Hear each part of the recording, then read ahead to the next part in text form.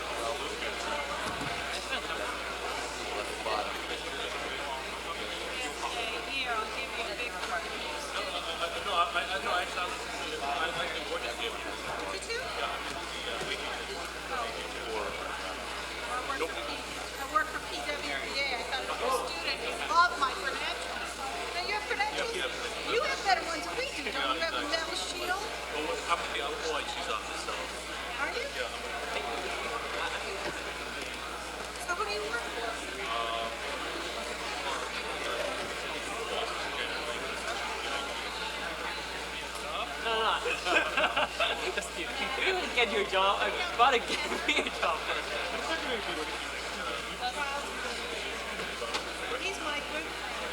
And then JP Carrera. Oh.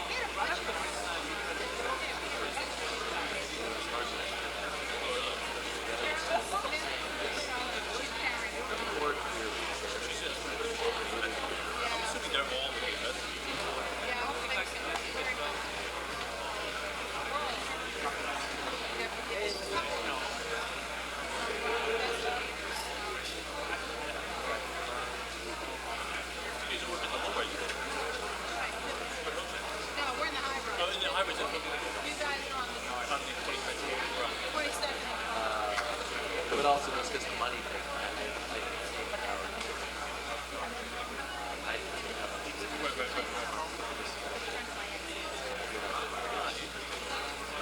That is nothing like it. He's a great guy.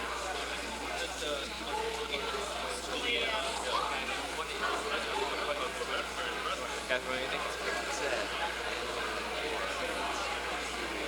What's that?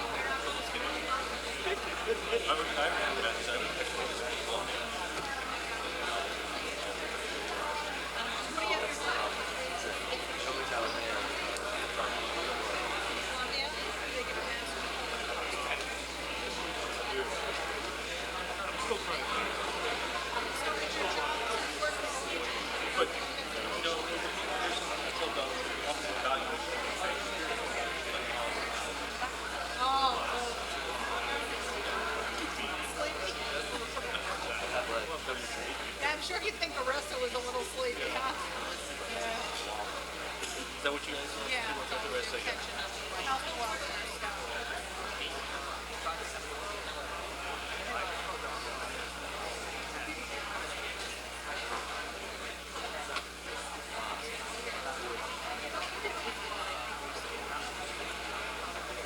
Oh man, I hope I love it. 13. Oh my God, I'm not that old. No, all she talks about is wants to invent things and sell them. That sounds good to me. Just don't be a government lawyer. You'll be fine. Yeah, I worked for the deputy. Later on, about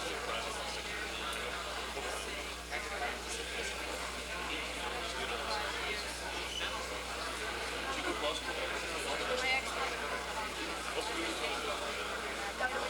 really?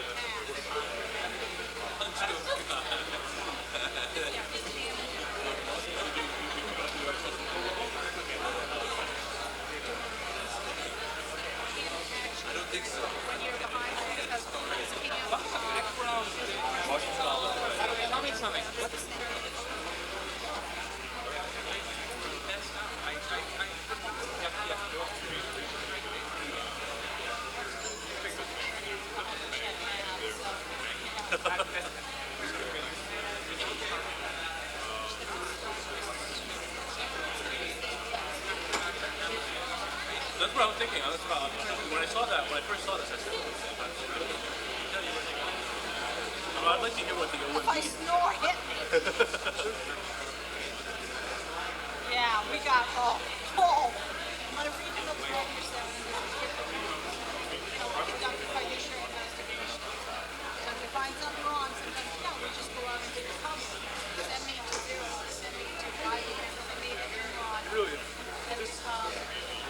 Sometimes you find violations and sometimes you don't. So he said, for every 2 cases you present, one should have violations and different. Okay, we'll see what we can do. Talk about tripping people up on our key detective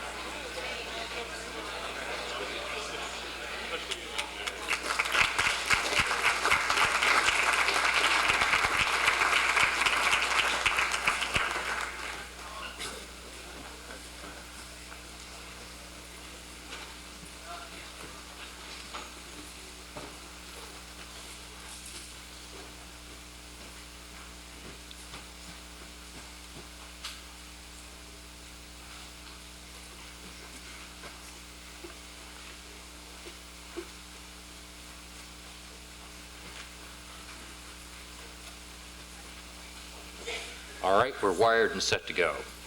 It's a great pleasure for me to welcome to the Kennedy School this evening David Chu, Mark Everson, Cameron Finley, and Leo McKay, 4 of the most senior officials in the Bush administration who are working on the management of the federal government.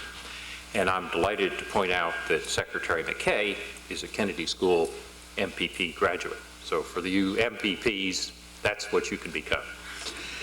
Our topic tonight, can public management perform, is not only broadly important, but particularly timely. Democrats and Republicans often disagree on the question of the proper size and scope of government, but everyone agrees that public functions, however we designate them, should be executed in a high quality and economical way. And the vast majority of survey evidence suggests that there's a pervasive public concern that government today is not doing things as well as it should, not performing in the ways that it could. So it's good news that we have 2 administrations, the last one and this one, which have actually paid a great deal of attention to the issue of the proper management of the public's business. Steve Kellman, who was one of the great reformers of the Clinton administration in terms of management dimension, and of course is our professor here, is going to be our moderator this evening, and we'll be properly bipartisan because we'll have our guests who are coming as the experts on this issue from the Bush administration. I should say that this forum fits very directly with the Kennedy School mission, which is to train public leaders and to do research on major problems of the public's interest. And in that sense, I'm pleased to have before you tonight such a distinguished panel. This forum kicks off the school's public sector fair, which will take place tomorrow from 9:30 to 2:30 in the top floor of the Taubman building. And there will be 15 U.S. government agencies represented, with alumni and recruiters in attendance to answer students' questions about employment opportunities. And John Noble has done a great job of putting all that together. I, alas, have to chair another dinner. There are only 2 other dinners and 1 other forum going on at the Kennedy School tonight, so I'm not going to be able to stay to learn the wisdom, but Steve has promised to fill me in on the results of the panel, and I just wanted to reiterate that this is a very important topic, and we're delighted to have these people who are the experts on it. And with that, let me turn the podium over to Steve Kellman. Steve? Okay, we're going to be sort of sitting in a fairly informal, conversational kind of fashion. I'm not a person who's sort of into hugely fancy introductions, but I do want to say just a little bit about the panelists. I guess the first thing I want to say, at the risk of bringing about a large number of hisses from the audience, I'll say one of the features of the panelists is all 4 have Ivy League degrees. Supposed to hiss. And two of the four have PhDs, also from Ivy League universities. Actually, one, Leo McKay, a PhD here from the Kennedy schools, as well as an MPP. So this is a very distinguished group of people who have senior positions in the Bush administration working on improving the management of government. And let me just, I'm going to very, very briefly introduce them, and then we're going to get started on the conversation. I guess I'll go in alphabetical order, starting on my immediately left. Dave Chu is one of our PhDs, one of the PhDs, is Undersecretary for Personnel and Readiness at the Department of Defense. He also served in the Department of Defense in a politically appointed position from 81 to 93, and then in between was at the RAND Corporation. He is widely regarded in Washington as, I can say this, one of the most brilliant people in town, perhaps one of the most brilliant people in the entire world. He is a very smart person and a credit to the administration. Mark, I imagine what you're going to say about me. PhD, really. We're going to balance. Mark Everson is the Deputy Director for Management at the Office of Management and Budget, which makes him the senior government-wide management official in the U.S. government. He has had, in a lot of ways, a career sort of similar to that many MPPs have at the Kennedy School. He had a number of years of service in the Reagan administration, at the Justice Department, and then in a senior management position at the Immigration and Naturalization Service, and then went off to a also distinguished career in the private sector in financial management, controller, CFO, in a number of organizations, and has now come back to OMB as the government's sort of senior management policy official. And among his responsibilities, I guess he may or may not have signed up for when he got started, is he is one of the leaders of the transition effort for, if there is a Department of Homeland Security, for establishing a Department of Homeland Security, of actually making it happen. One over Cam Finley is the Deputy Secretary of the Department of Labor. Deputy Secretaries are basically the chief operating officers of cabinet agencies. They are political appointees, second highest official in an agency. Cam also has an earlier career in government, served in the White House during the first Bush administration. Then he, the Harvard Law School graduate, went and was a partner at what's said in your biography is one of the largest law firms in the world, Sidley, Austin, Brown, and Wood, and was litigation partner, and then came back as the chief operating officer of the Labor Department. And then last, before we get to conversation, the Kennedy School's own Leo McKay, who is Deputy Secretary of the Department of Veterans Affairs, again, Chief Operating Officer, second in command at the VA, which after DOD is, by budget, the largest agency in the federal government. Is that by employment? What's by budget? HHS, okay.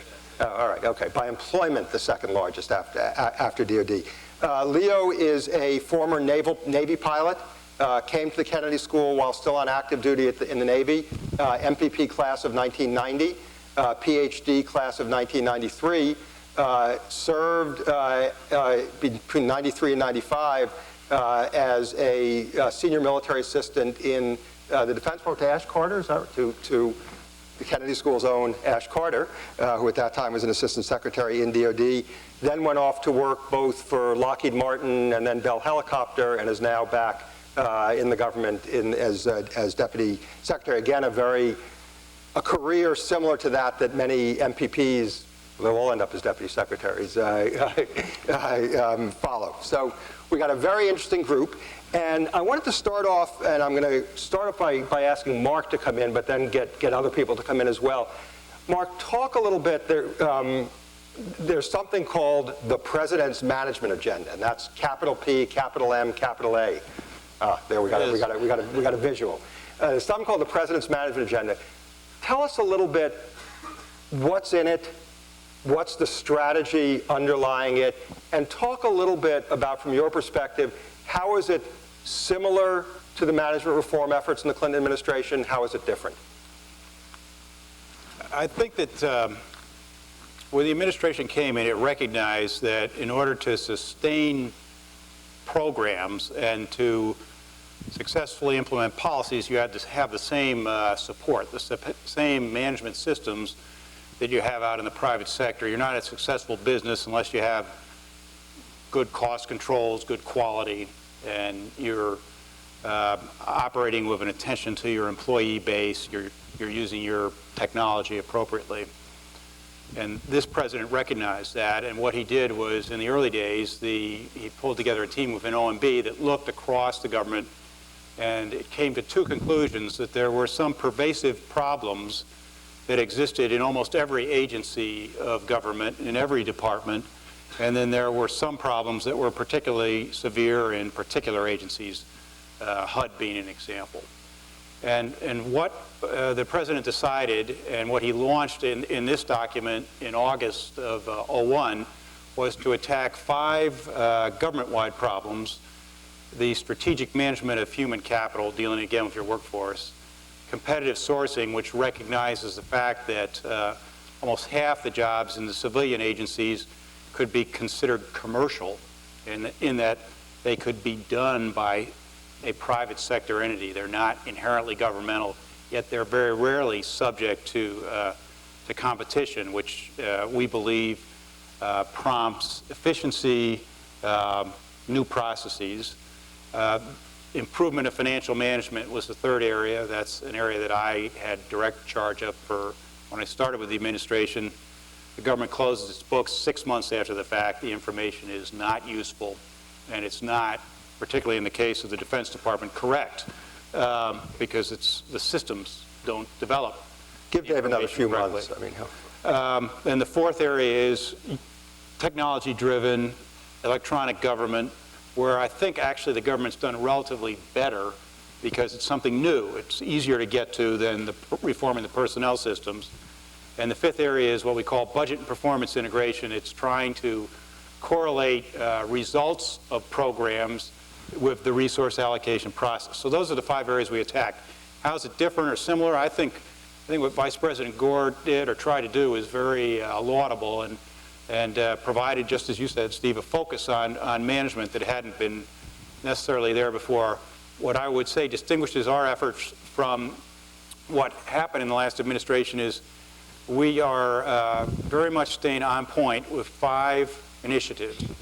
Probably the Clinton administration, from our perspective, was too ambitious, took on too many things. Just because we had 500 initiatives? I mean, I don't know why you're saying that. And the other thing we're doing is we're really driving this through the agencies. I chair something called the President's Management Council. My colleagues on the panel sit on that group. We meet every 60 days. We have an executive committee that meets every 30 days. These gentlemen are accountable for the results. What the Vice President did, which I think helped to get the Reinventing Government initiative launched, but didn't sustain it as much as it could have, it was run through a large office attached to the Vice President's office. We haven't changed OMB at all for this. Leo's responsible for getting the job done at VA, Cam at Labor, and David is responsible at Defense. When David's got a problem, he's on the phone with me. He has some issues right now in the budget and performance area. He's on the phone with me saying, Mark, come over and work this out. So there's very real engagement.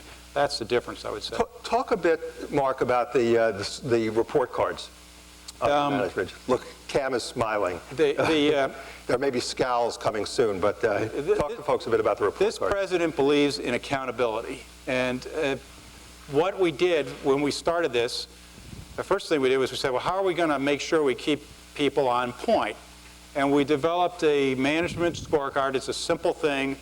It's a stoplight chart, green, yellow, red, and it's on it's on 2 sides. We've got a baseline evaluation against certain standards for success, and believe it or not, this was never done before.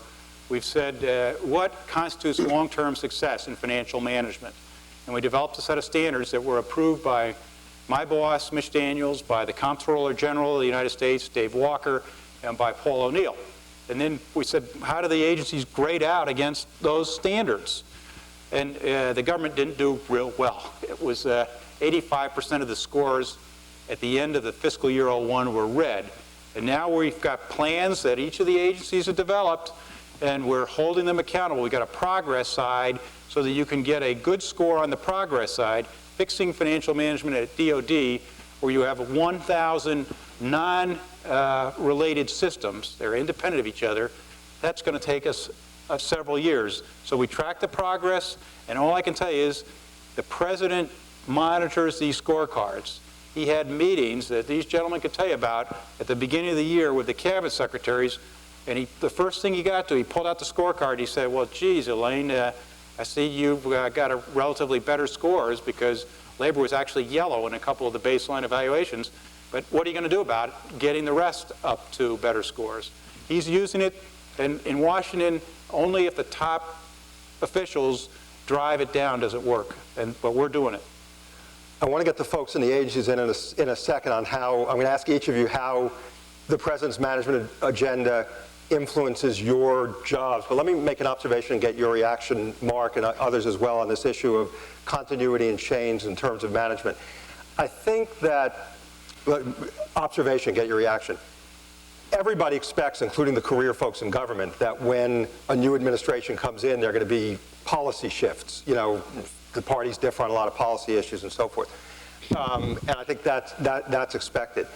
I think that on the management side, there's a natural, I think we have an opportunity that you don't have on the policy side to have more continuity.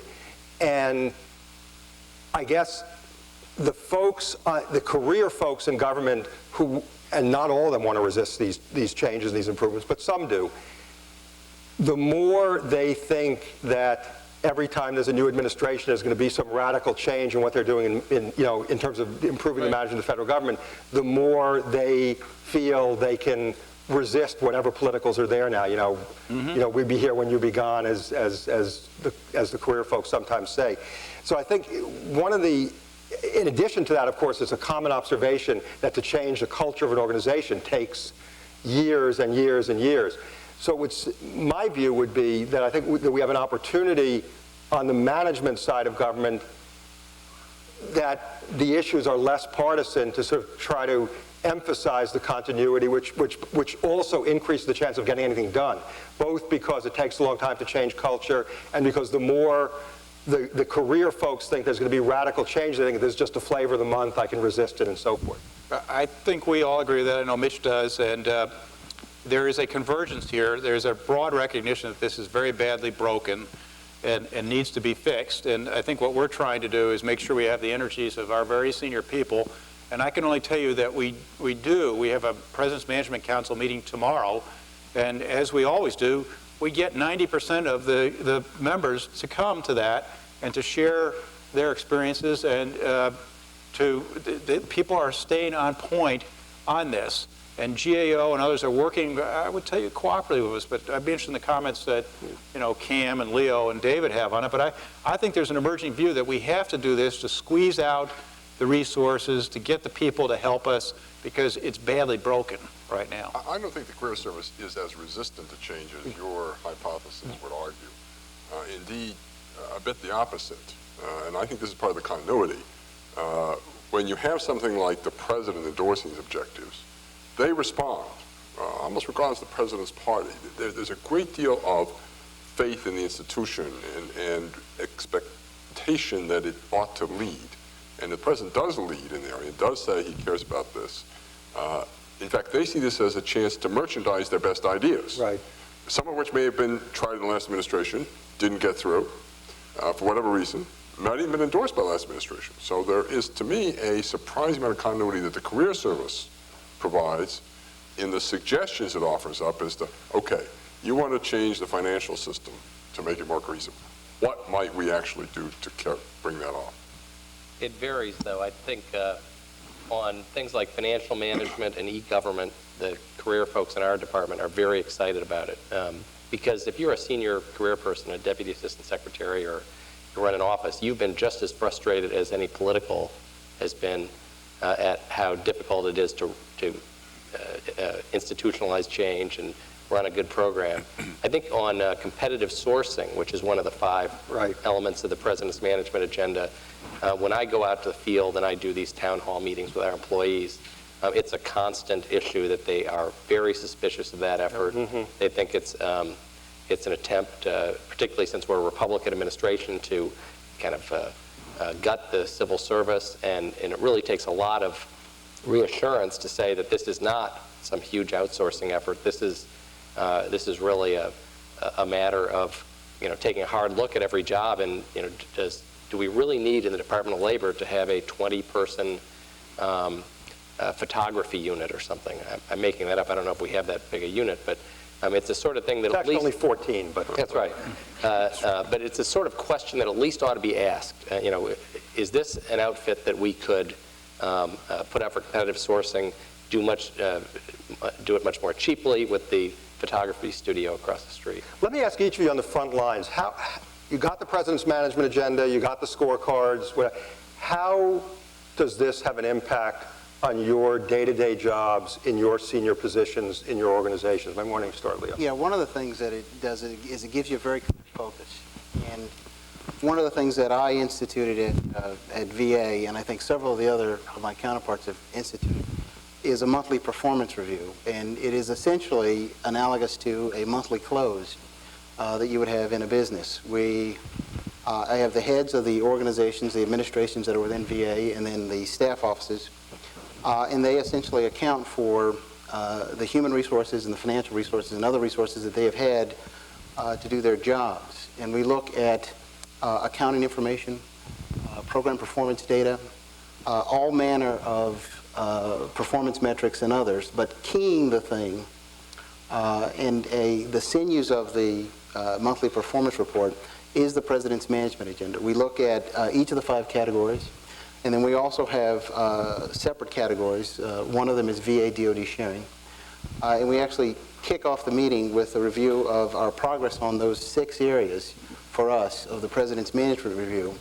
And then we turn into to financials, overall financials for the department, and then we step through each one of the organizations. So it's very much performance-driven, very much data-driven. We have a separate governance process that looks at policy issues.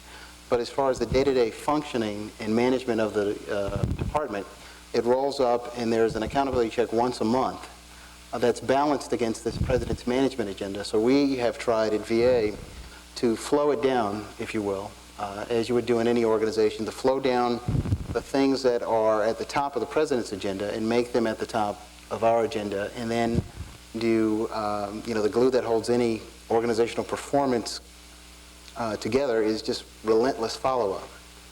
I'll give you a couple concrete examples of where I think it's made a difference, though, of course, Steve, as you know, these are incremental changes in places like ours. One was when we put together our fiscal year 2003 budget, which would have been last summer. And this emphasis on budget and performance integration is a fancy way of saying that we want to analyze programs and we want to reward ones that work, and with ones that don't work, you either fix them or you eliminate them.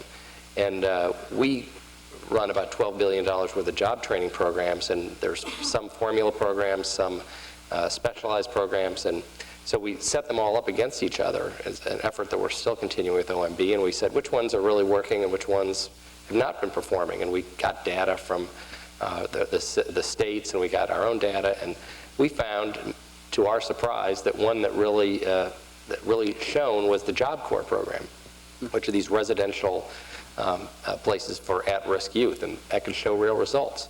Whereas there were other programs, there was one, I think, for migrant farm workers that had not shown results. So we proposed in our budget to fold that migrant farm worker program into a formula funding program we had for the states, and we proposed to increase the size of the Job Corps by 28% or so. A second example involves financial management.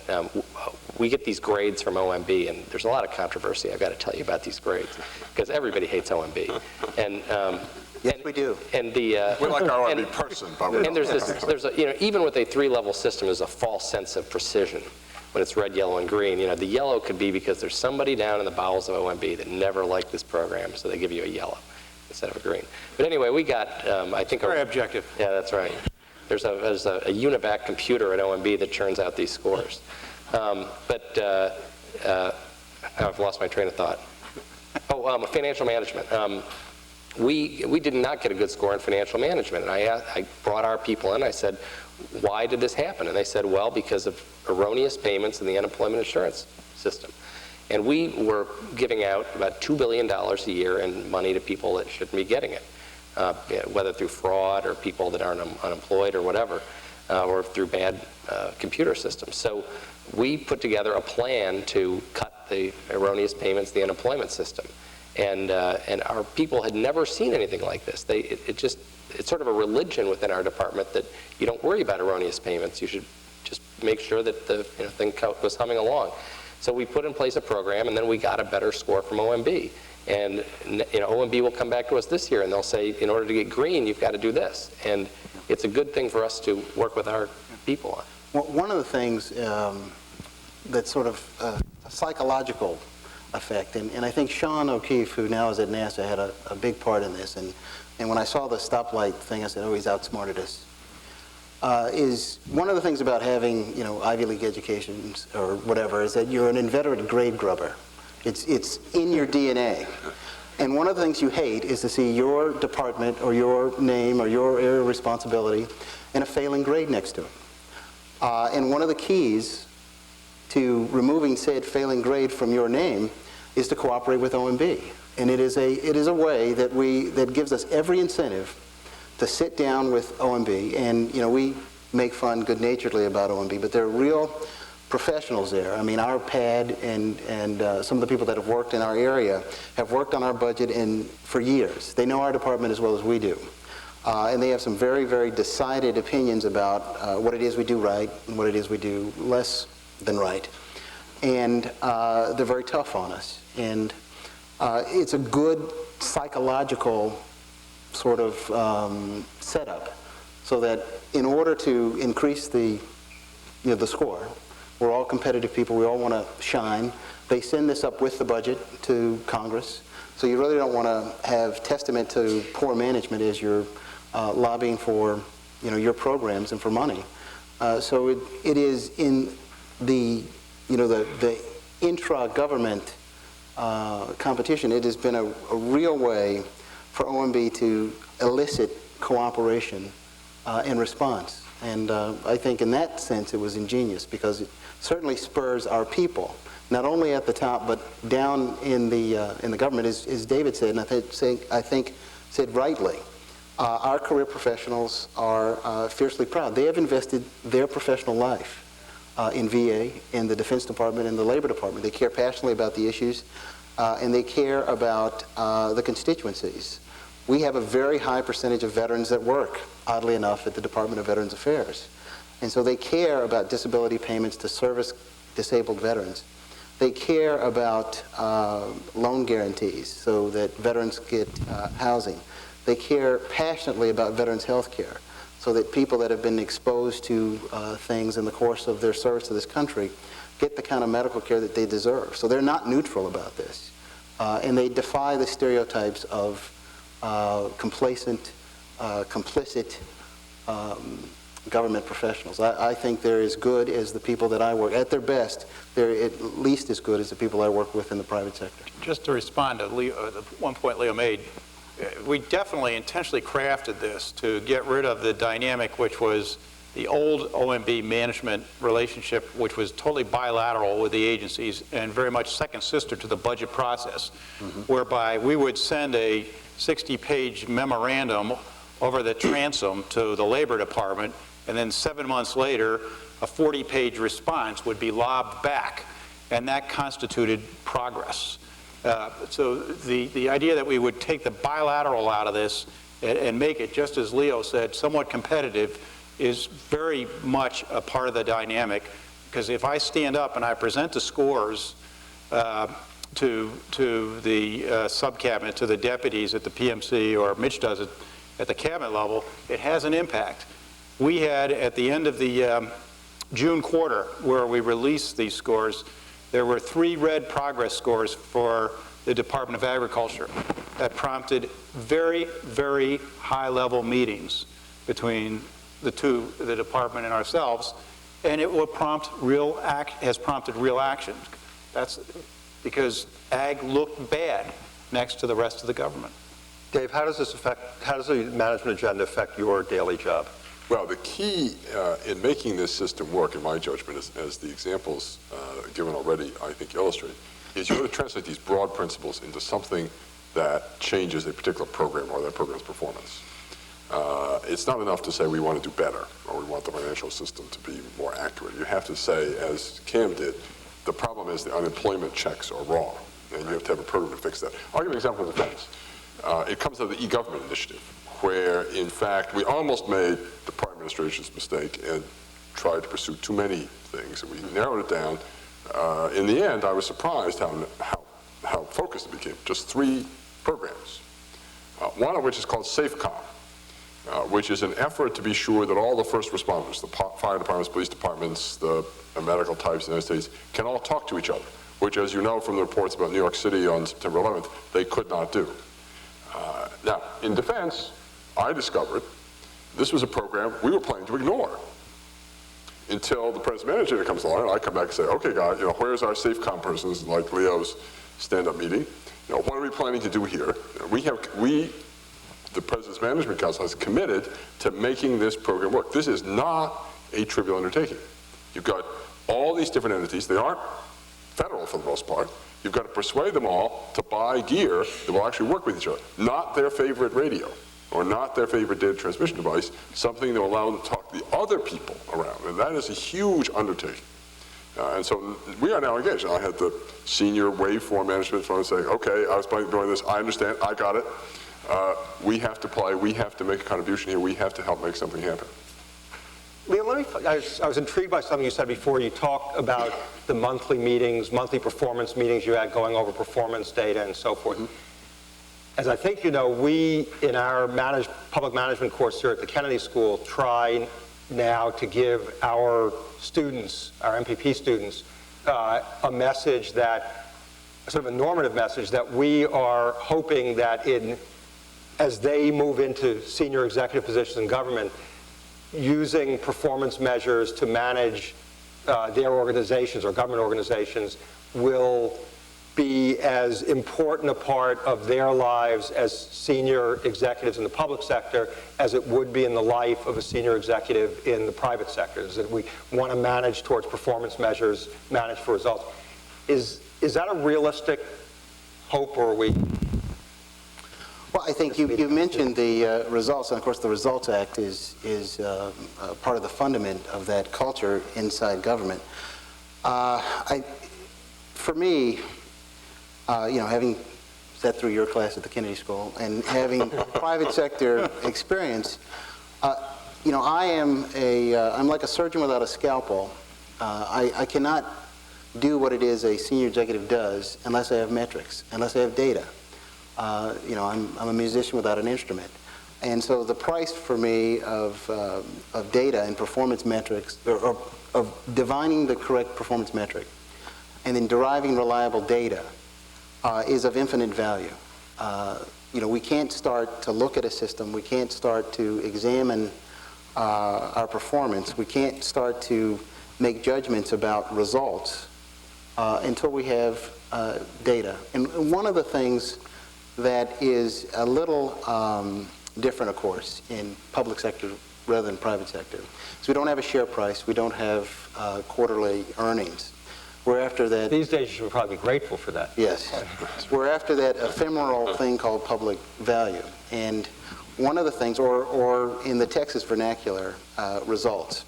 And it's one of the things that the President cares a lot about. We have an internal website now that we use. It's sort of data and things for the President's team. It's internal to the government, and it's results.gov. Results is almost a magic word in the hands and out of the mouth of the President. He gets animated, his face lights up. Results are things that he talks about and cares about. And by that he means that it's not good enough that we have a very good system to administer a disability claims process if we are paying the wrong amount or paying them to the wrong person, and the recipient is not having his or her, that individual veteran is not having his or her life change. We're not creating an objective result in the life of a beneficiary of our programs. And so, I'm where you are now. I've lost my train of thought, Cam. You know, something you said, Leo, really struck a chord, and that is that, you know, we all say in all of our departments that you want to come up with performance standards and you want to meet them. But that's the easy part, to say you want to do that. It really becomes tricky in some parts of our government. To give you two examples in our department, we have OSHA, which regulates worker safety and health. That's easy. You want to have an outcome-oriented goal, so you don't tell OSHA, you should do this many citations a year, you should do this many inspections. You say, you will be judged by whether injury rates come down and illnesses go down in the workplace. So that one's easy. But we also have a part of our department called the Women's Bureau, which is supposed to improve the lot of women in the workforce. The Women's Bureau has 70 employees and $10 million. And you want to have an outcome-oriented goal for them, but you can't hold them responsible for the lot of women in the American workplace when they have 70 people and $10 million, which means they get to go do $100,000 grants that help 8 or 9 people or something. And so it really becomes tricky. And another example, an enforcement agency like the Pension and Welfare Benefits Administration, which regulates private sector health care plans and retirement plans. You want to say that you have to have an outcome goal. So is it the size of people's 401ks? Well, that's not really fair to PWBA. You can't hold them responsible for that. Well, is it the number of fiduciary breaches that go on out there? Well, that doesn't work either, because almost by definition, if you haven't been finding them, you can't measure them. So there are a lot of very tricky questions that would make a great case study for a Kennedy School case as to how you come up with good performance measures for some programs. Because some of them, I think some of Leo's programs are probably reasonably easy. You get the benefits out accurately within a certain number of days. We have some programs like that, but we have some that are very hard to. You're lucky you're not Deputy Secretary of the State Department. Exactly. There's another dynamic in here which I sort of concluded is at play. I think that the conventional wisdom is that that the private sector is much more short-term oriented, and the government's the long view. I think that it's actually just the opposite in terms of political leadership. Companies they look at investment models, and they're looking at paybacks over a long period of years. There's a real temptation to be looking around the corner at the next election and are you getting your bills through Congress? There is a real political dynamic. We are on a short lead.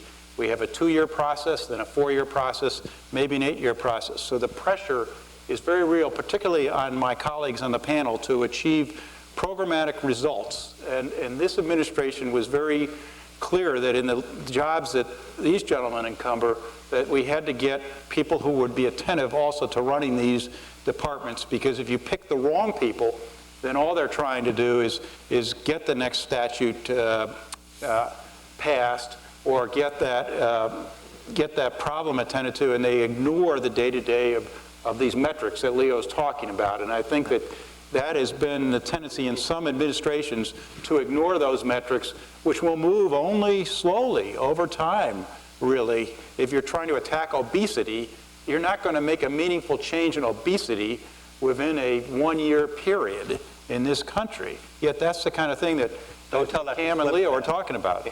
Don't tell that to Slim Fast. But No, but what the issue, though, or the attitude you have to take is, if you don't have a proper set of metrics, and those are outcome metrics as well as intermediate goals or process metrics, then you have to expend all your time and effort to get as good a set of metrics as possible, or you digress into the old trite saying about, if you don't know where you're going, any road will take you there. If you don't know what kind of performance you're trying to get the organization to deliver, then any performance they deliver will be deemed satisfactory. Actually, we have a whole course on this, which Bob Bain teaches, if I'm making advertisement for it, on performance management that does actually take up a lot of these issues you guys talk about. I want to open it up in a bit to the audience. Let me ask each of you a last question that sort of ties into our public service career fair tomorrow, and maybe Dave, you can sort of go this way, and I don't know if you, well, you can come in as OMB as well. I guess this would be OMB rather than the government-wide responsibilities. What kinds of jobs should a 20-something MPP graduate be thinking about in your organization? What kinds of jobs should a 30-something mid-career graduate be thinking about in your organization? And how would you make, if you were sitting, standing one-on-one with one of our students who's thinking your agency, private sector, nonprofit sector, or another government agency, how would you make the case come work for us? Dave, well, if you're brand new, just out of the MVP program in your 20s, the one program in defense, particularly I recommend, is the so-called Presidential Management Intern Program.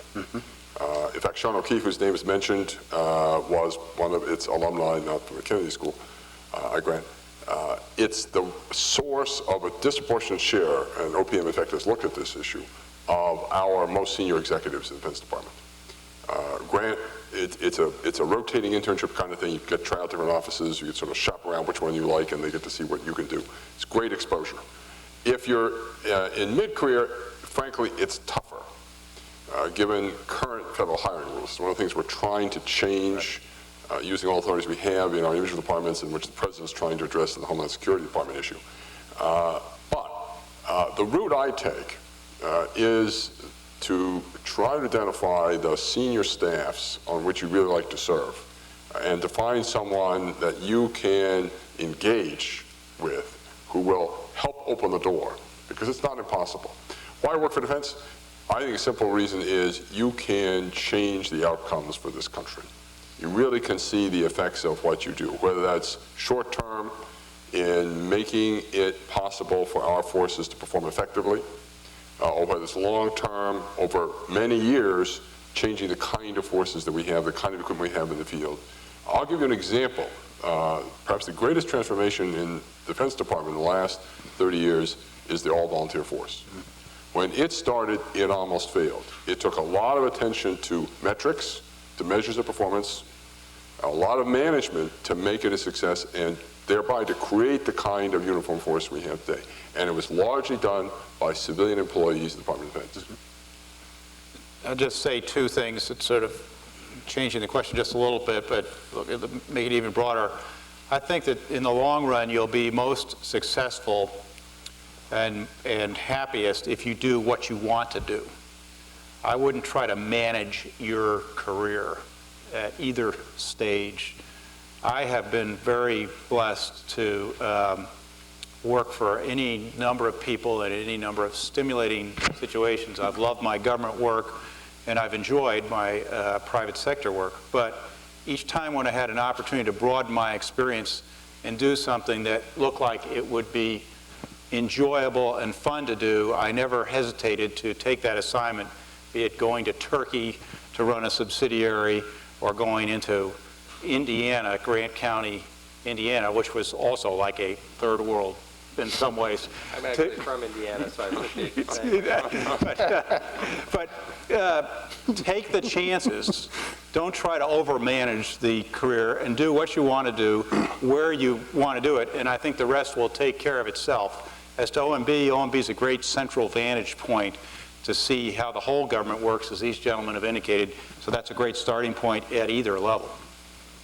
I think I'd take the question a little more broadly in my own department also, and just say that, that this is a particularly exciting time to be coming into the government and to be thinking about these sorts of management issues. As Professor Kelman said, this is really a bipartisan matter now, although we put different names on it. And there's a commitment across the government, it's not a partisan issue, that this is going to continue happening slowly but surely. And so at our own place, we're just desperate to find people that like getting into the guts of programs, do program analysis, to help us figure out what metrics to use to measure performance against the metrics. And so, I think while 30 years ago, if you came out of the Kennedy School existed then, when Just coming into existence. if you were just coming out of the Kennedy School, to do that sort of thing, you'd go to OMB probably, and there were maybe be a few spots in a budget office in a department like mine.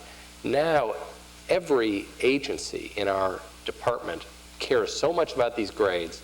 There's something we haven't even talked about that called the Program Assessment Review, what's it called? Tool.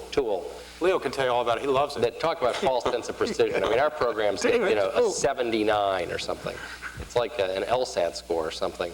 And, but every one of our agencies is absolutely committed to managing itself better and, making itself more citizen-centered and e-government friendly and integrating its budget with its performance metrics. So this is a particularly good time to be coming out of a place like the Kennedy School and coming anywhere in the government, because we're all looking for people with those sorts of interests and skills. I think there are several functions, but the one area that is at the heart of VA, and we really need a sort of truth in advertising bumper sticker with our title, is healthcare. And you don't think about it, didn't occur to you, you think healthcare, you think HHS. But healthcare, HHS owns the policy and a lot of other things, but... For over federal healthcare, yeah, we actually have many more people under healthcare than HHS does. so there you go. So there you But VA owns... HHS doesn't like to hear that, but it's true. This is the friendly rivalry with it. Yeah, but I think DOD's got the most. Well, actually, VA has more people, but we also spend more money. But none of them, I can tell you affirmatively, none of them does it right. Yeah. But the thing about VA and healthcare is we have the largest integrated healthcare system in the country. 185,000 folks, 168 major medical centers, almost $500 million spent on medical research, at the forefront of several areas of clinical research. And we're also in a lot of the other associated activities, as I mentioned, research. One of the more critical ones is when in Homeland Security. In any scenario where there is a bioterrorism attack, and even in a high explosive attack. In fact, just to tell you a story, I spent the evening of September 11th not in the same cave with the Vice President. I like to say I was kind of in the next cave over. But I spent that organizing an airlift by UPS of medical and surgical supplies into New York City, because VA has the task of managing something called the National Pharmaceutical Stockpile. We procure the medicines, we store them, we make them available to the Office of Emergency Preparedness and the Centers for Disease Control at their request wherever they would like them to combat bioterrorism or any other man-made or natural catastrophe. We have the bulk of the real on-the-ground medical assets, doctors, nurses, hospitals, and other things in the federal government at the federal level to come to bear on bioterrorism or a Homeland Security response. We also have a very, very crucial role to play in graduate medical education. Half the physicians practicing in the country today did part or all of their residency at VA hospitals. We're affiliated with 125 major medical colleges and universities across the country. Harvard, we're affiliated with. BU, University of Michigan, Stanford, all of them. And we have research partnerships as well. So you would be coming to the center of American medicine, oddly enough, by coming to the Department of Veterans Affairs. On the functional side, we have some very, very exciting things to a public manager going on in our finance department, where we've already established a good track record. One of the few departments that has 4 consecutive years of clean financial audits. In IT, we're also migrating a milestone-driven program development process from the Department of Defense. We like to think we're cleaning it up and salvaging the good parts and jettisoning the extraneous parts. All due respect. Restrain yourself, David. That competitive spirit he's got. And also, we are making some major inroads. In fact, if you want to talk about a case, you can look at our Veterans Benefits Administration and what we've done since the advent of this administration with a disability claims backlog, a backlog that crested in claims pending kind of like workman's compensation, but these are for servicemen that leave our country's armed forces and are injured by their duty. They can apply for compensation from VA. The backlog of these claims pending had gotten to almost 600,000. And in a matter of about 18 months, we have completely reconstructed the 13,000 people that handle this within our agency. We've hired and trained 1,500 additional folks, and we have reduced the backlog by 20%. And we've completely changed processes, invented metrics, changed leadership, changed the structure of the administration. That is an exciting change, and it is underway. It is by no means finished. It's like Churchill said at the end of the Battle of El Alamein, it's not the end, it's not even the beginning of the end, but maybe it's the end of the beginning. And we've only begun to really start to change that administration, but it is a thoroughgoing change that thrives and lives on the intellectual capital of the people that are there that want desperately to deliver better services to their fellow citizens and to the veterans that depend on that. So if you want to be part of that kind of change, you can do it at VA, you can do it at Defense, you can do it at Labor, you may even be able to do it at OMB. That's a little iffier proposition, but the federal government is a place where many experiments, it's a live laboratory, petri dishes all over the place, where we are taking apart the engine in a bipartisan fashion, as Steve has said, and with the Results Act, with reinventing government, with the President's management agenda, a core of senior executives and public managers that are serious about this, whether they're in government or out, are dedicated to the proposition that the federal government can work. And with the good professionals that we have at the agencies across government, I think we're making a difference. And you young people out there, and you slightly less young people in the mid-career program, can be a part of that. Leo, very quickly, I can't resist asking you just, what's the relationship between what you learned as an MPP and doing your job now, if any? I think there is a good deal. Some of the analytic tools are helpful, not so much that I actually crunch regressions, but they give me insight into which questions to ask. I think also the case method is very useful in that it just gives you reps, and it gives you situations, and it makes you think through problems. We had a classic Kennedy School case with the Veterans Benefits Administration, and I can't remember what cases, but I'm sure it's things that I learned in pulling apart organizations and looking at the reporting and the verbiage and the things that come out of organizations and figuring out what's really going on were part and parcel of how I structured myself in my response in working with others around the table to work through some of those issues. Also, I think it is a way to become part of a very important association of people that are vitally concerned about public management. The people you meet here and it's not quite a guild, but the sort of group that you become associated with or can become associated with is instrumental in helping you navigate, the federal policy arena. Okay, we're going to open up to the audience now. We have two mics here. If I could ask people, please, to identify yourselves, to address your questions to a specific member or members of the panel, and to try to keep your questions pretty brief. Sir. Yes, my name is John Arrington. I'm a mid-career program here, mid-career student here at the Kennedy School, and I'll just direct it to whoever can respond. I'm from a city right outside of Chicago. Harvey has a overall unemployment rate of about 10%, and between 16 and 25, about 35%.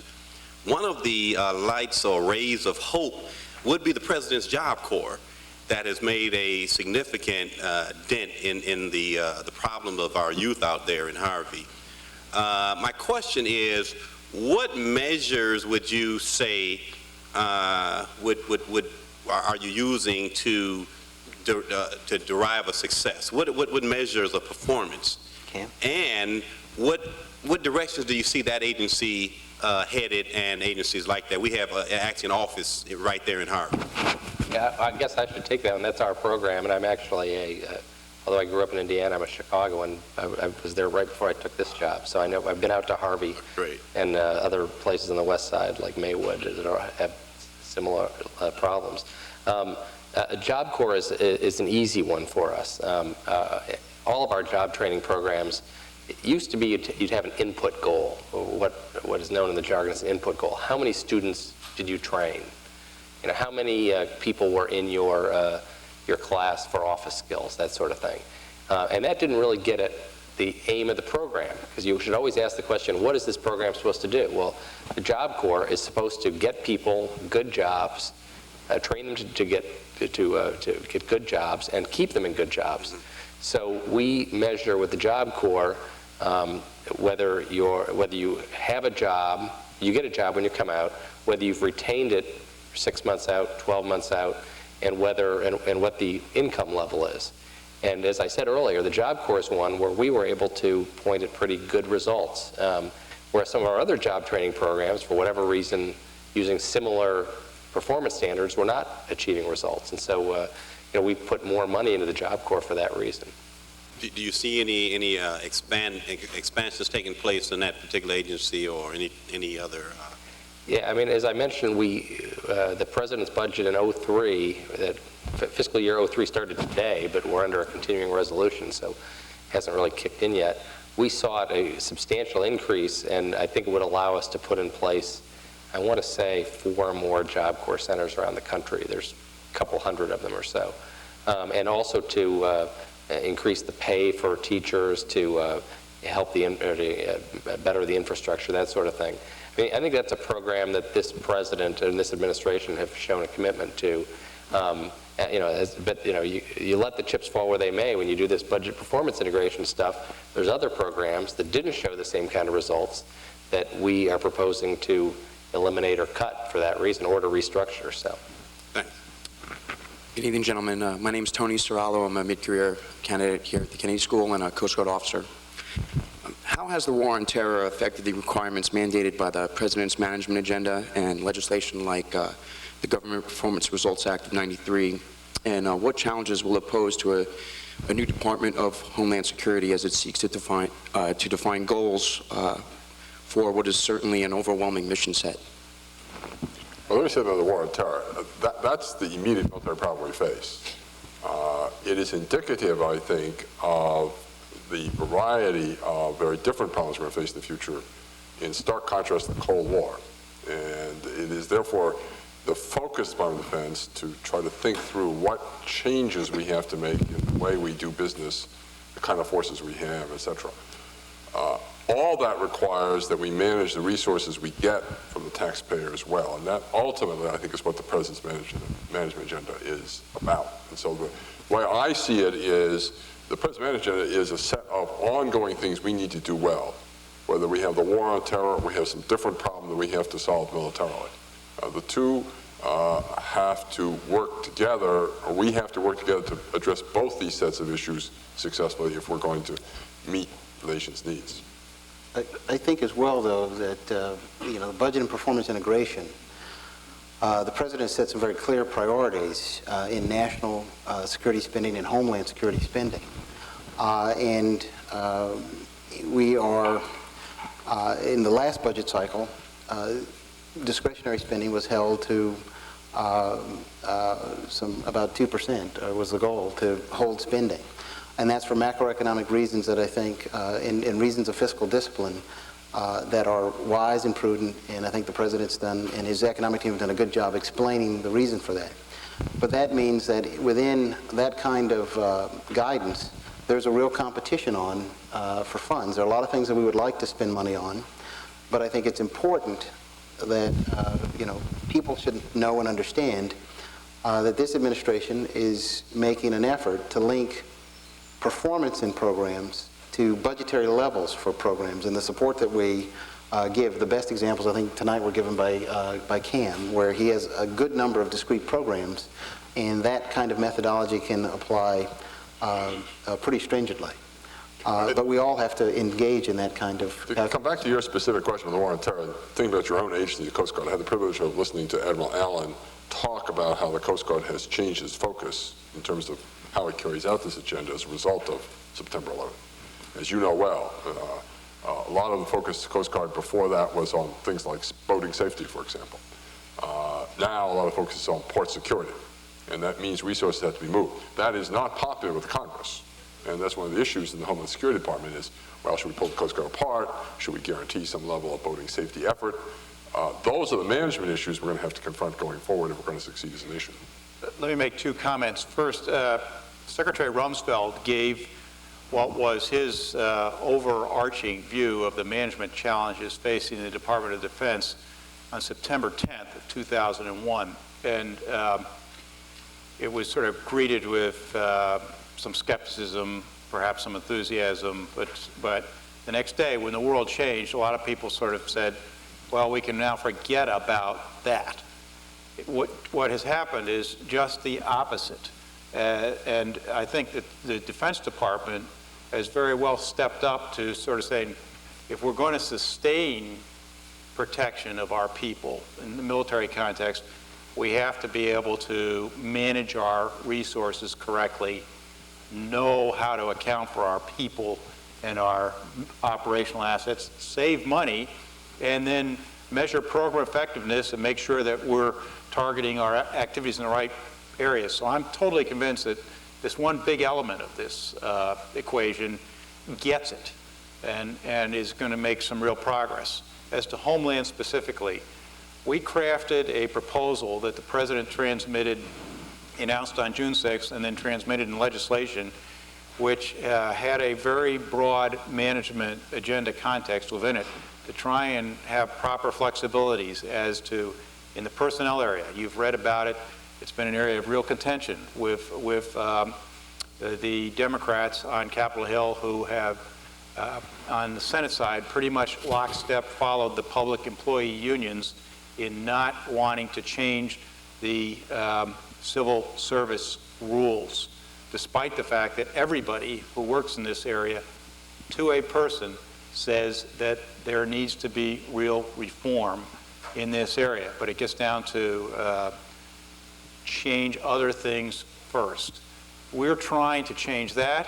We're trying to have organizational flexibility, because David's exactly right. Language has been put in the Senate side that would basically preclude a lot of the Coast Guard's operations today. It would preclude the Commandant of the Coast Guard from reorganizing to support different non-homeland missions should the Commandant determine that it's better for ice breaking to have, instead of 9 districts, to have 7 districts. There are a lot of issues here that you get to when you have all the organizational committees, oversight committees in Congress, suddenly facing a whole new world when you are moving customs and INS and Coast Guard and TSA into this new entity. So we haven't been entirely successful in selling our proposal. We are just now teetering at the edge. I don't know what happened today, but it is entirely possible that the President would not sign a bill if we don't get something that's workable. But our view is that the stakes are so high here that we need to be able to take care of the people, we need to be able to hold them accountable, and we need to be able to have the flexibility to redeploy resources and reorganize. We are not under any illusions that we will get this right from the get-go. It will need further refinement. As students of history would know, in 1947, the Defense Department came into being. It took, by all accounts, 40 years with Goldwater and Nichols in the late 80s or mid-80s to get the final evolution of how that department ought to work. It wasn't even called the Defense Department to start with. That's right. 2 years later, I guess it was, went in 49. So when you look at that, we don't have 40 years. Because of the nature of the threat, we don't have 40 years to mess around with this and get it right in 2050. We've got to get it right now. And so we need that flexibility. When we ask for reasons of time, people could address your questions, if you can, to one person, or else we'll agree in real time to have one person address it. Because I'm talking too long. Please. I think that gentleman was next.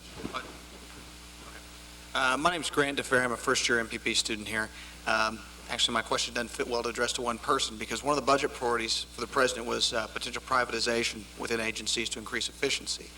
And over half, you said over half the workforce could potentially be moved to the private sector to do those jobs. Specifically, what different services that your agencies offer have you looked to privatize, and which ones have you made a decision to go in and shift to the private sector? Do you want me to answer? Well, let me give you some examples from defense. We have already shifted over half the health care we provide to military personnel retirees to the private sector. We buy it. And we're engaged right now in the recompetition of the contracts for that, called TNEX, for short as an acronym. We are looking at, we have long wanted to move more of the maintenance of our equipment to the private sector. That is precluded by statute. It's a jobs issue, regional jobs issue. We are looking at whether we can use the private sector for a whole range of other activities. Some, again, are barred by statute. We'd like, for example, to use more contract security guards. We don't need to have military policemen in all these places. We have even gone so far as to try out the background investigations for security clearances being done by, which OPM has also tried, as a way of moving that along. As you look at the Department of Defense, what we view as our core competency is the actual military unit, the weapons carrying element of the enterprise. Almost everything else, we can ask the question, could we do that with civilians? Could we do that with contractors? Hi, my name is Mike Fitzgerald, and I'd like to apologize because it feels like I'm crashing a party. I heard Mr. Chu was going to be here tonight. I want to grab that opportunity. I have a packet here that includes a list of human rights abuses by the current dictator of China, Jiang Zemin, against Falun Gong, up to and including infringements on my own rights as a U.S. citizen, and I would ask you to please accept this packet. Delighted. Oh, it's still Harvard. Thank you. Thank you very much. Thank you. My name is Brad Hartfield. I'm a ruminating prospective student. My question surrounds the development of metrics, and I think it falls primarily into two categories. Oh, and I asked, this question's for everyone, and you can negotiate amongst you who'd like to take it on. I will direct one person to respond. Go ahead. Well, the first concerns the development and the negotiation of the metrics. Is that done in-house? Is that done in collaboration with OMB, which some of you have indicated is a sort of an outside fair observer that may know your agency's work as well as you do? And do you think that the influence of politics in the development of those metrics is kept to an appropriate level? The second question is about how well the metrics correlate with results. Do you, in general, think that there is a good correlation? I mean, for example, one could imagine that there could be agents within an agency that have deeply conflicting agendas about the nature of the program, and they might come to a negotiated agreement of a proxy measurement that's a mediocre indicator of both of their agendas. Or it could be, again, overly influenced by politics. So a little bit about how the metrics are developed in a way that ensures confidence. I'll leave it at that. Mark. Let me back up just a bit. There's something called the Governance Performance and Results Act that Leo mentioned before. This is supposed to set a context of strategic objectives that a department or an agency will establish, and then everything will cascade downward from there into programs and then ultimately into metrics that, as Leo indicated, you'd be using to hopefully run your day-to-day business and track how you're doing on overall progress over time to achieve those strategic objectives. That exercise, so that statute, has never had the robust character that it needs because, like so many other things that OMB has directed in the management side over the years, a series of specialists working in these agencies would develop these reports, which I have sitting in my office, and they're read, unfortunately, by people in this building and a few other places, but not used by these gentlemen who are managing the program. So the first thing we're trying to do is to make the reporting current, get those strategic objectives, those performance and accountability reports, to be reported on a shorter cycle so that they're used, and that if a metric is used, just as Leo is indicating, it's used currently, and you're saying, are we making progress both in the short term and against long-term plans? There has been no alignment of those metrics to overall strategic objectives. That's the first comment I would have. The second comment would be that you're onto something here, because what you choose to measure will change the behaviors. And that is a real issue. It's one that we're attentive to. We leave a great deal of latitude to the agency managers to determine what they want to measure, because, again, our philosophy is that on this whole management side, we want ownership, we want buy-in from the agency managers. Now, we'll have some fights over this. The Defense Department is not bashful about pushing back on some of the programs that we're measuring. And as Cam indicated on this performance evaluation tool that we have now, and David and I have a meeting later this week to go over this sort of yet again as we go through a discussion of what we measure and how we go about it. So it's an iterative process. Yeah, I just wanted to say one thing about the question about politics, because I think one of the things I've found most interesting about the whole budget and performance integration idea is that it, to some extent, takes ideology out of the equation.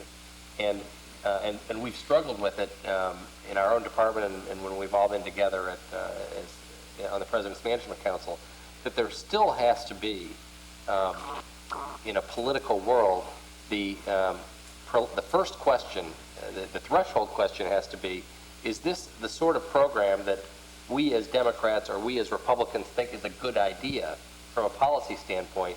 And then you get to the second question, you see, and once we've decided that, is it working? Because if there was a, I'll try to come up with an extreme example, a forced sterilization program in the Department of Health and Human Services, and it was unbelievably efficient, we still wouldn't reward that program with more money because we think it's a horrendous idea in the first place.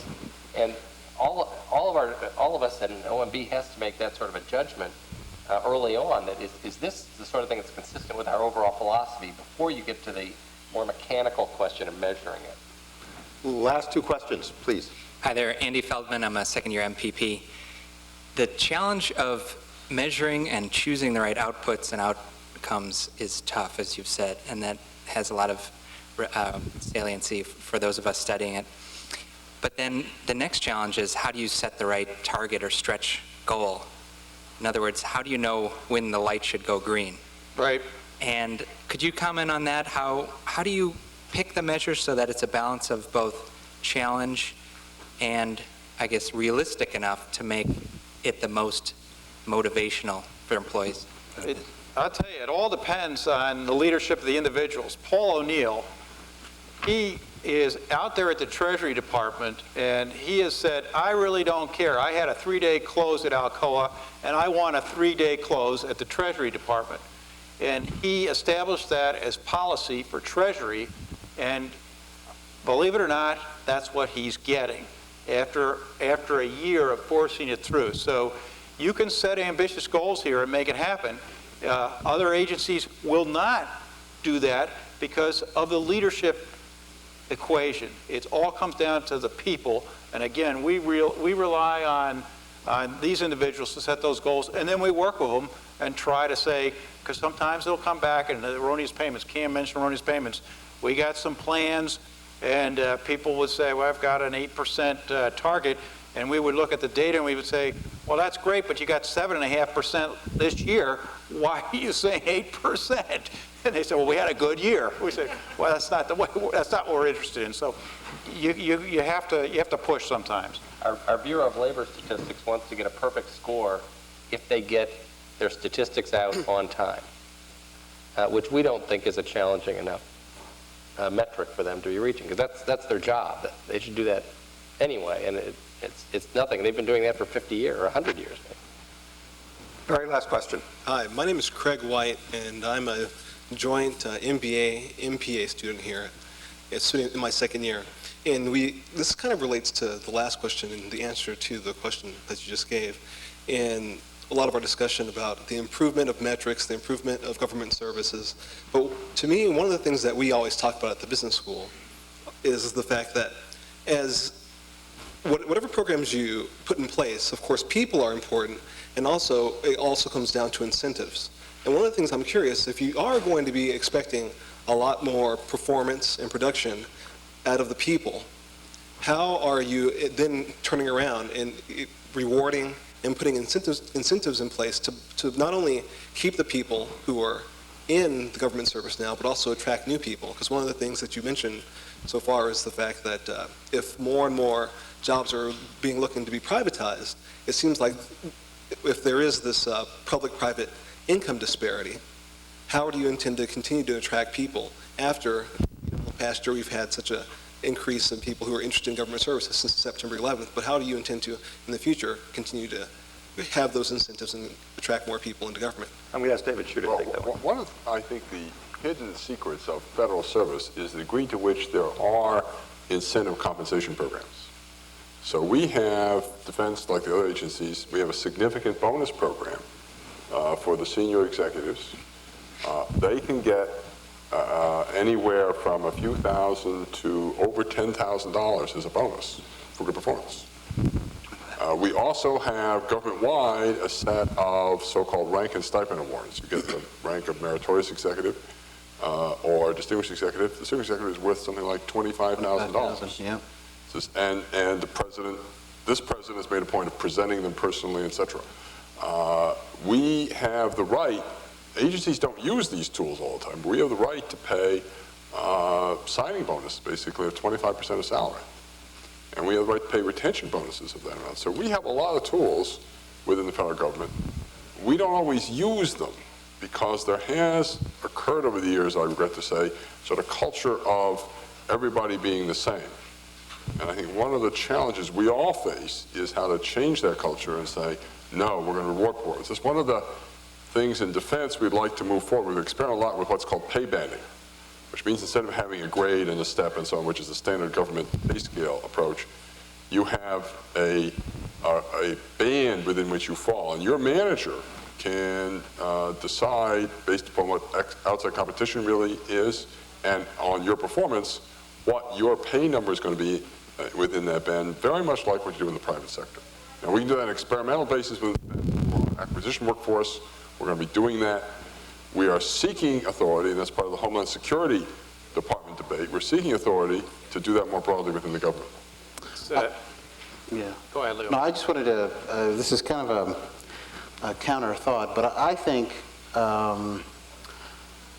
essentially the people we get into the public sector have a good deal of idealism that motivates them. They're there because they want to work on environmental issues. They're there because they want to work in public health. They're there because they're fascinated by national security or foreign affairs. Our job when we get them there is essentially to give them challenging work, adequate pay, good incentives for good performance, and the kind of supervisory performance, how their supervisors perform and bring them along, kind of development programs that keep their jobs interesting and lively and retain a modicum of the idealism in their jobs that they came with. That they came to work on environmental issues and now they can see that progress is being made to safeguard the environment, clean food, water, air, what have you. So I take a little bit of a counter view. We're not going to reach comparability with the private sector in pay, nor should we. The jobs, I think, are to a good degree incommensurable. What we have to do as public managers is to make sure that the job is rewarding, and that the challenges are real, and that there is a good deal of transparency between effort and result. and that they have a chance to affect the policy agenda that they came to affect. So I think it's the idea of compensating public sector workers is very different from compensating private sector workers. Let me make one comment on this, too. Despite what David said, which is entirely correct, I mean, performance management is not what we do enough of in government. We need to do more, and as he's indicated, we're trying to do that with Homeland. We're also trying to do that with legislation that David has been championing for DOD. The other element of this, though, is I'm concerned not so much about the young people. I'm concerned about the total inability of government to bring people in at mid and senior levels of the in the career ranks. There is not a replenishment in big companies, in outfits. You go out and you find somebody, you've got a need, you bring somebody, you hire somebody, and bingo, you offer them the job and they start 2 weeks later. We have this horrible process that we go through that takes months and months to get people in, and they just won't put up with it. Why would you at age 40 or 50 go through that process when you have to put your life on hold, and frequently you have to indicate total transparency to your employer? And when you indicate transparency to your employer that you're entertaining a move to go to work for David in DOD, that changes your career track at IBM or wherever it is you're working. That's a real problem that we're not getting to, and that we wanted to solve in Homeland, that we wanted to solve in a few other places, so that you identify somebody, you bring them in, or you can bring them in as a contractor for a longer period of time without jeopardizing their future through the long sort of process, which I'm sure, Steve, you know from your background there. Could everybody join me in thanking the panel for...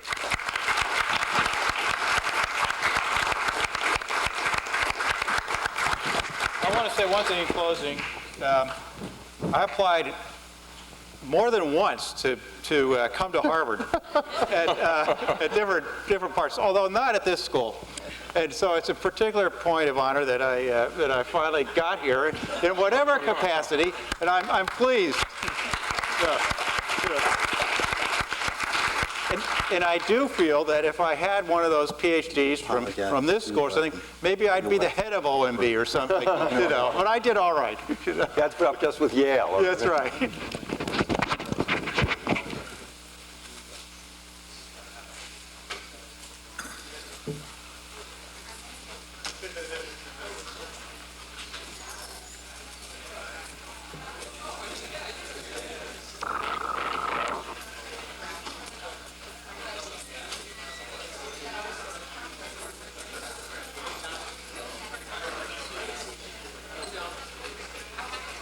Who knows so much about Homeland.